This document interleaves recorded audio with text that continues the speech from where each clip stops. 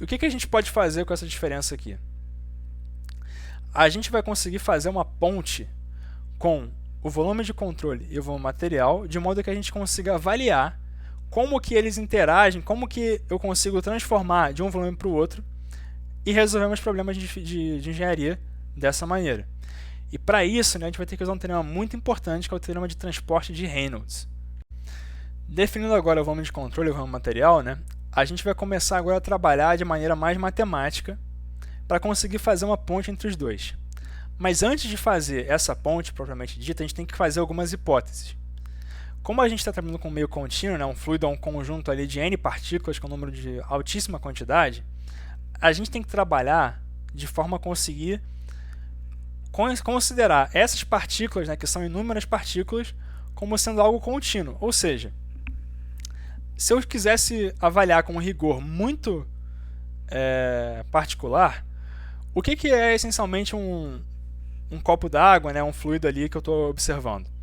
Ele é um conjunto de partículas que estão se movimentando de maneira intensa, né, numa escala muito pequenininha, uma escala atômica, e aí a interação molecular entre essas partículas aqui, eu interpreto ela numa escala maior, a gente consegue ver isso, esse comportamento ele vai se transferir numa escala maior para uma coisa que a gente vai ver que vai escoar, que vai ter uma resistência a cisalhamento inexistente, né, no caso newtoniano. Então, assim, isso é uma coisa macroscópica, mas no microscópico isso aqui são N partículas. E sendo N partículas, isso não é um corpo contínuo. Isso não é uma coisa que eu possa aplicar uma derivada, por exemplo, um gradiente, essas coisas assim. Só que, se eu olhar isso no macroscópico, isso não é uma comparação muito interessante de se fazer. Até mesmo para uma questão de dinâmica dos sólidos, né, que também são partículas, se eu tivesse que fazer uma análise de corpo rígido, considerando a dinâmica de cada partícula da minha mesa, por exemplo, que eu estou movendo, eu não ia conseguir nunca modelar esse problema. Então, né, o que a gente faz na mecânica clássica quando aplicável? Esse conjunto de partículas, né, que são inúmeras partículas, na escala macroscópica que a gente está lidando em engenharia, a gente consegue considerar elas como um meio contínuo. Ou seja, ao invés de ter partículas, inúmeras partículas, eu estou considerando que esse fluido ele vai ser composto por um contínuo que vai ter propriedades de campos que são diferenciáveis nesse campo. Então, o que isso significa de maneira prática? Que eu vou conseguir aplicar operadores como gradiente, vou conseguir aplicar o divergente nesse fluido, porque eu não vou estar mais considerando a partícula dele. Quando que eu posso aplicar essa hipótese? Quando esses vazios que existem numa escala atômica são muito pequenos em relação à escala macroscópica. Então, né, isso vai existir a partir de uma certa escala, uma ordem de grandeza. O que vai acontecer? Imagina que a gente está dando um zoom agora num fluido. Eu estou vendo uma partícula e um átomo de fluido ali isoladamente. Esse átomo vai ter uma certa massa, ou uma temperatura, por que não, né? Vai ter uma propriedade ali qualquer. Vamos trabalhar com densidade aqui, massa específica. Se eu olhar para um átomo, eu vou ter um volume preenchido aqui por esse átomo, que vai ter uma massa ali pelos prótons, pelos nêutrons, pelos elétrons ali que estão compondo esse átomo. Mas eu vou ter espaço vazio também. Então, minha massa específica vai ter um valor específico, vai ter um valor tal. O que acontece agora se eu aumentar o meu raio? Se eu aumentar o meu raio, mas eu tiver somente um átomo ainda preenchido, o que vai acontecer? Vai acontecer que a minha massa específica vai começar a diminuir, porque eu vou ter mais vazio e menos massa. Mas aí vai chegar um ponto que eu vou aumentar o meu raio e eu vou pegar duas partículas agora, dois átomos. Nesse momento, o que vai acontecer? Vai ter um salto na minha massa específica, porque agora tem dois átomos no mesmo volume agora. Se eu aumentar mais, vou pegar 3 átomos, vou pegar 4, vou pegar mais vazios. Isso aqui vai começar a oscilar. Só que chega uma hora que, aumentando essa escala, essa oscilação vai parar. E essa oscilação parando, eu vou tender a um valor médio ali que vai ficar bem uniforme. Nessa região de uniformidade, o que acontece? Eu vou conseguir considerar isso como contínuo, porque essas incertezas microscópicas agora, em relação à escala do meu problema, não vão ser mais relevantes. Existe também, né, uma segunda incerteza, que ela é considerável em alguns problemas, que é a incerteza macroscópica. Imagina que eu aumento muito, mas muito mesmo, a minha escala. Então, estou falando aqui agora de uma escala em que esse meu raio que eu estou fazendo a análise da massa específica, ele começa aqui do nível do mar e vai até a ionosfera. Eu vou até centenas de quilômetros.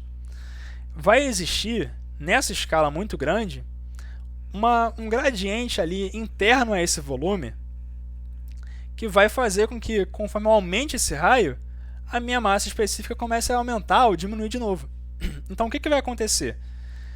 A hipótese do contínuo vai ser válida para números que estão entre essa escala microscópica e entre uma escala macroscópica. Só que, para nossa felicidade, esse intervalo aqui ele vai se aplicar a maior parte dos problemas de engenharia que a gente está acostumado a lidar no dia a dia, tanto dos escoamentos turbulentos até escoamentos compressíveis complexos, né? Quando é que não vai ser possível? Vai ser possível quando esse caminho médio ali de colisão das partículas vai começar a ser muito relevante em relação à escala do meu volume de controle. Existe um adimensional aqui, que eu não vou entrar tanto em detalhe, que é o número de Knudsen, né? Que ele vai relacionar o livre caminho médio das moléculas com a escala de comprimento do nosso volume de controle. Então, né, para determinados números de Knudsen, eu não vou conseguir usar a hipótese do contínuo. Mas, né, para a maior parte dos problemas que a gente vai aplicar aqui no nosso curso, todos eles vão poder ser aplicados com essa estratégia aqui. Beleza. A gente vê a hipótese do contínuo. A partir de agora, a gente vai aplicar essa hipótese para os nossos problemas. E a partir de agora, a gente vai conseguir fazer as equações de transporte, né, de conservação de propriedades para um fluido ali que a gente está querendo resolver. Então, né, o que a gente sabe de um fluido ali qualquer? A gente tem, né, como qualquer outro corpo dinâmico, que propriedades físicas como a massa não vão ser criadas ou removidas do nada, né? A gente tem a lei de Lavoisier, né, que vai dizer que tudo vai se transformar. Ou seja, a massa tem que se conservar. Assim como outras propriedades, né? Também nós temos a quantidade de movimento, nós temos também a energia. Então vão existir equações que vão definir a conservação dessas propriedades físicas no nosso fluido, que ele vai ter que respeitar na hora de modelar o problema. E é assim que a gente vai conseguir resolver e achar campos de velocidade, de pressão, temperatura que satisfaçam essas equações de transporte. A primeira delas, né, é a massa. Então a massa ela é uma coisa que a gente tem que conservar e a gente consegue avaliar isso, né, de maneira integral como um balanço de fluxos. Ou seja, para que a massa se conserve, o fluxo mássico que está entrando no nosso volume de controle vai ter que ser igual ao fluxo mássico que está saindo do volume de controle. Então, em termos aqui matemáticos, o que isso significa? Significa que a derivada temporal da massa específica integrada no volume, né, ou seja, o quanto de densidade que se acumula em um volume, mais uma integral de superfície aqui desses fluxos aqui, né, ou seja, esse fluxo mássico líquido aqui, né, escalar o vetor normal da superfície, ou seja, isso aqui vai dar um somatório, né, desse fluxo que está entrando aqui com o fluxo que está saindo aqui, tem que ser igual a zero. Ou seja, se está entrando mais do que está saindo, a densidade tem que aumentar, a massa específica tem que aumentar. Se está entrando igual ao que está saindo, a massa específica tem que ser igual a zero. O que não pode acontecer? Não pode entrar mais do que sai e a massa específica ficar igual. Porque aí o que vai acontecer? Vai estar sumindo massa. Isso não pode. Então isso aqui é a intuição da conservação de massa. Mas como que isso se relaciona com o volume material, né? Porque a gente viu isso no ponto de vista do volume de controle. Eu comentei, né, que existe uma ponte entre o volume material e o volume de controle. A derivação dessa ponte, eu não vou entrar muito no escopo aqui nesse módulo, que é um módulo mais de introdução, de revisão, mas o que ele vai dizer para a gente, né, de maneira bem generalizada?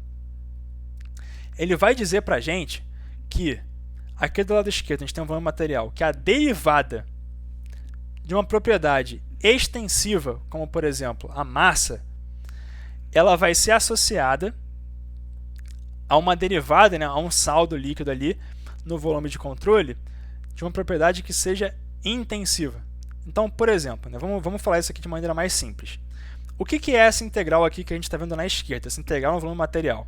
Eu tenho uma integral no volume da massa específica vezes uma variável qualquer φ, que vai depender do vetor posição, que é esse x em negrito aqui, e do tempo.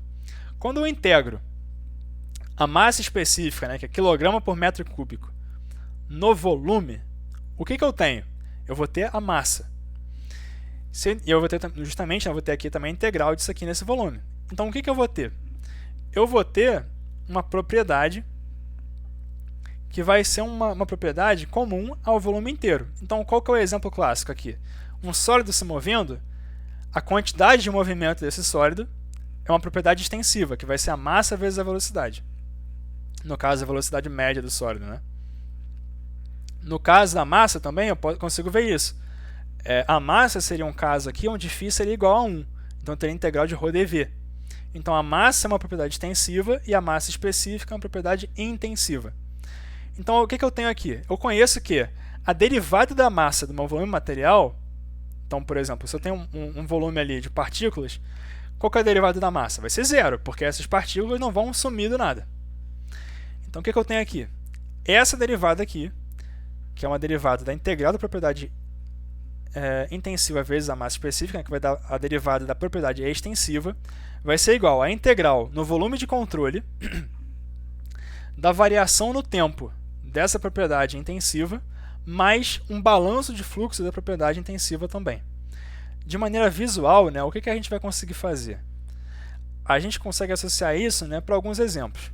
Então, no caso da massa aqui, o que a gente vai fazer? A propriedade extensiva é a massa. Então, para que a propriedade intensiva seja algo que dividido pela massa resulte nessa coisa chamada φ, eu vou ter que dividir massa pela massa, no nosso caso φ vai ser igual a 1. Então aqui eu tenho que, para o balanço de massa no volume material ser satisfeito, no volume de controle eu vou ter que ter um balanço aqui que resulte em zero, porque essa derivada aqui vai ser igual a zero, não vai mudar a massa no sistema, então esse fluxo tem que ser igual a zero. No caso da quantidade de movimento, né, que seria a massa vezes a velocidade, quando eu divido isso pela massa, eu vou ter que a minha propriedade intensiva da quantidade de movimento é a velocidade. Então eu vou conseguir fazer uma ponte aqui e vou chegar numa equação do lado direito aqui, dessa derivada no volume de controle, onde eu vou ter isso. Tá? Só que, né, qual que é a maneira mais visual de eu visualizar isso? Né? A gente vai ter que voltar para aquela lógica do volume de controle e volume material. Se eu olhar para essa foto aqui, a gente consegue chegar nessa equação de maneira visual. O que eu tenho nesse instante A aqui? Eu tenho um instante onde o meu volume material e o volume de controle estão iguais, certo? Então, toda a informação que está presente entre esses dois, existe uma correlação, porque elas são iguais nesse ponto. O que mudou de A para B? Meu volume material se moveu. Então, o que acontece? Parte desse volume material está presente no volume de controle e parte não está. Essa parte que saiu, ela vai ter que ser contabilizada. E como é que ela é contabilizada? Ela é contabilizada naquele fluxo de superfície que a gente tem no teorema. Então aqui, se a gente voltar para o slide, né, essa integral de superfície, né, que vai ser o fluxo, né, que a gente vê isso aqui pelo produto escalar da velocidade com o vetor normal da superfície, vai ser representativo justamente do quanto do volume material que saiu do volume de controle, ou que entrou no volume de controle, por que não? Só que a gente tem uma componente aqui que está presente no volume de controle, que pode estar variando ainda no tempo. Ou seja, né, se esse volume de material aqui, por algum motivo, estiver esfriando, essa parte dentro do volume de controle que está presente ainda e está esfriando também, eu também vou ter que contabilizar. Então, o que acontece? Parte do meu teorema vai dizer que o volume de controle se associa ao volume material pelo fluxo do quanto que está entrando ou saindo desse volume material no volume de controle, e outra parte vai associar a variação temporal dessa propriedade ao longo do tempo, né? Então, a essência do teorema é fazer essa ponte entre A e B aqui, fazendo um saldo de fluxos aqui para que a gente consiga ter uma ponte entre o volume de controle e o volume material. De modo que a gente consiga pegar aquelas leis de Newton, por exemplo, né, que vai dizer que a variação de quantidade de movimento vai ser igual a um somatório de forças resultantes, a gente vai conseguir pegar essa equação, substituir a variação da taxa de movimento pelo lado direito da equação aqui. E isso aqui vai permitir com que a gente consiga aplicar a segunda lei de Newton numa lógica euleriana e não numa lógica lagrangiana. E isso vai ser muito importante. Tá? Outra coisa que é muito importante, um teorema muito importante que a gente vai usar extensivamente no curso, é o teorema da divergência, né? O teorema de Gauss. O teorema de Gauss é um conceito aqui de cálculo que vai ser muito importante para a gente conseguir modelar nosso equacionamento. O que ele diz? Ele vai relacionar uma integral volumétrica do divergente de um campo vetorial, φ, com uma integral de superfície do fluxo, né, ou seja, φ escalar normal da superfície ds, dessa propriedade na superfície que delimita esse volume. O que isso quer dizer de maneira intuitiva? Né? Isso quer dizer que se eu tenho um volume que tem uma propriedade preenchida dentro dele, essa propriedade que está dentro dele é uma função, essencialmente, do que está entrando desse volume e o que está saindo desse volume. Então, se eu tenho, por exemplo, um volume com 3 kg, está tendo 2 kg e saindo 2, ele vai continuar com 3 kg. Isso aqui é essencialmente a ideia do teorema de Gauss. Então, aqui, visualmente, né, a gente consegue fazer aqui uma superfície, né, a gente tem uma superfície arbitrariamente definida, ela tem um volume V, e aqui, se a gente quebra essa superfície em uma superfície S, aqui, a gente consegue separar ela e avaliar o fluxo nessa superfície. Então, o que está dentro aqui vai ser o que está entrando menos o que está saindo aqui, e a gente consegue fazer o balanço nessa integral volumétrica a partir do fluxo superficial da propriedade. Um outro teorema que é muito importante também é o teorema da localização. Esse teorema, o que ele está dizendo? Né?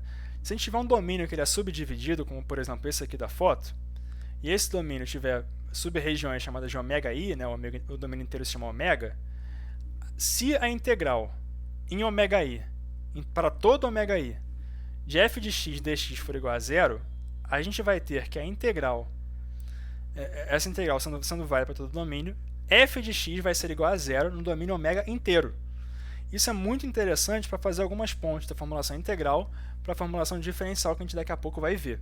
Então, aqui no exemplo, né, se a gente tiver que a derivada material da massa é igual a zero e que a massa é a integral no volume de ρ dv, o que a gente pode fazer? A gente consegue, né, substituir massa aqui por ρ dv, né, a gente tem aqui que a integral dρ de ρ, dρ t, mais o divergente de ρu dv é igual a zero. Só que aplicando o teorema, né, como essa integral dv ela vai ser igual a zero em todo o domínio, né, o que a gente tem é que a gente consegue pegar essa função f de x que está aqui dentro e igualar ela a zero. O que vai tirar daqui a integral seria um análogo aqui a integrar esse outro lado aqui por dv também. Né? A gente tem que essa integral de dentro aqui, ou essa função de dentro, é igual a zero caso essa integral seja zero em todos os domínios. O que é verdade, então a gente pode simplificar essa notação um pouco. É um teorema mais simples, mas também é muito importante. Agora que a gente viu esses teoremas básicos, fez uma breve revisão sobre o teorema do transporte de Reynolds, a gente vai começar a trabalhar com as equações de transporte de maneira mais geral, conhecer os principais operadores dessa equação e entender os desafios que a gente vai ter que ver para conseguir resolver essas equações computacionalmente. Então, né, começando aqui pelo transporte de um escalar, a gente vai precisar aplicar o teorema de transporte de Reynolds em um determinado volume qualquer, sendo que o que a gente quer conservar agora é um escalar qualquer, que eu vou chamar de φ. Então, o que eu vou ter que fazer?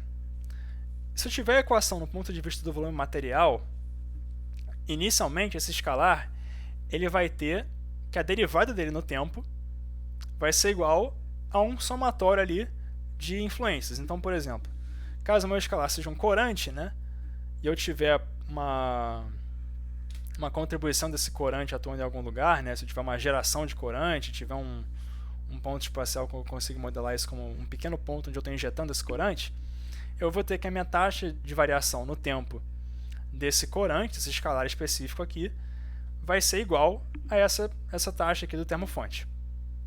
Beleza. Mas como é que eu faço a ponte dessa derivada de um volume material para o volume de controle? Eu vou utilizar o teorema de transporte de Reynolds.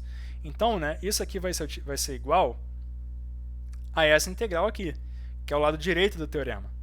Então, né, isso aqui vai ser igual a integral no volume de dρ t ρφ, que φ sendo o nosso escalar específico, dv, mais a integral na superfície desses fluxos aqui desse corante.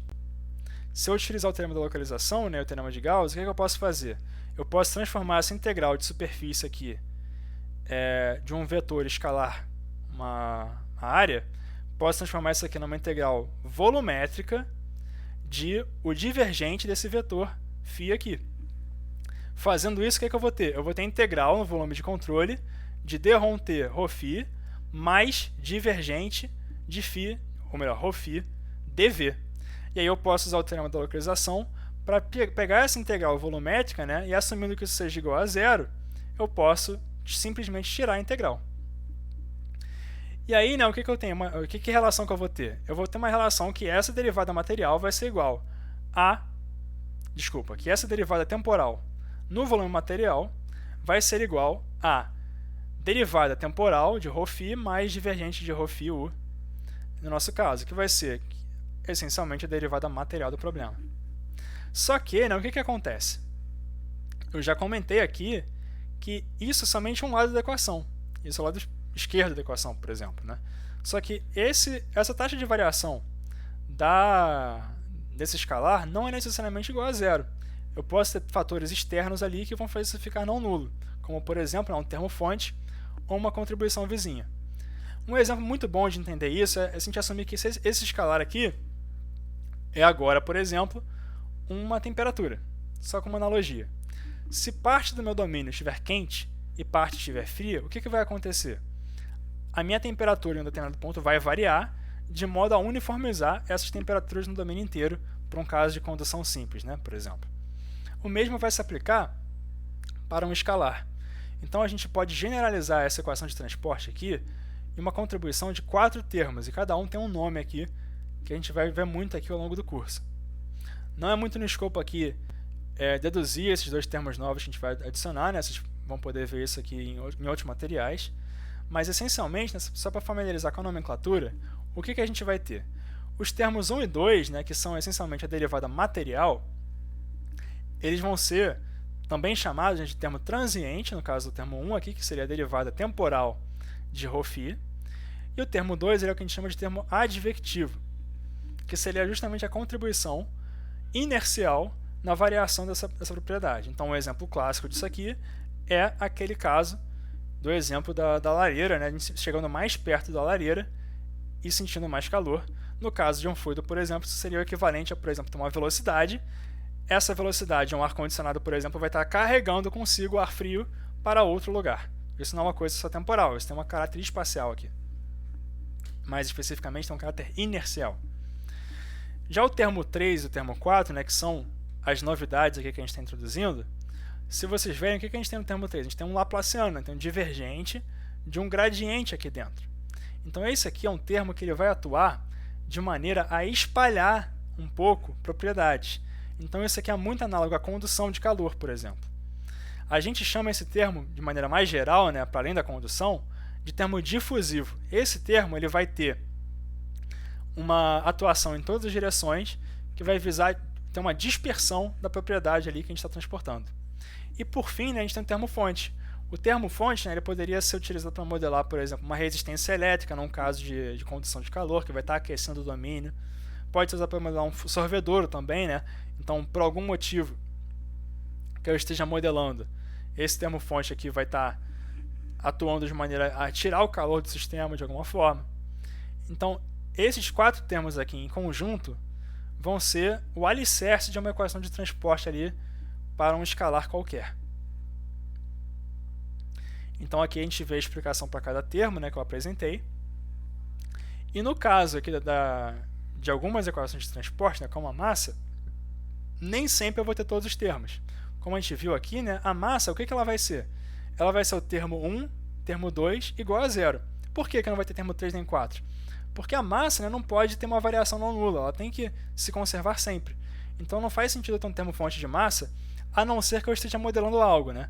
De vez em quando a gente vê alguns modelos de termo fonte para equação de massa, por exemplo, que seria o quê? Eu tenho, por exemplo, um reservatório é muito grande, e eu tenho um pequeno poço nesse reservatório.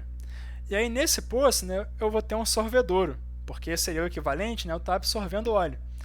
E aí, né, em algumas estratégias, ao invés de a gente ter a malha do poço ali no domínio, a gente bota um termo fonte nessas células para simular um sorvedouro. Isso é uma coisa de modelagem.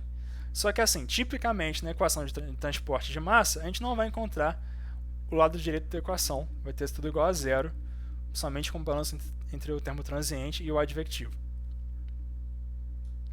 Então aqui a gente vê, né, de maneira mais prática o que cada termo está fazendo. O termo transiente ele é a variação temporal desse campo, então se a gente tiver uma panela aqui esquentando, o termo transiente ele vai ser não nulo.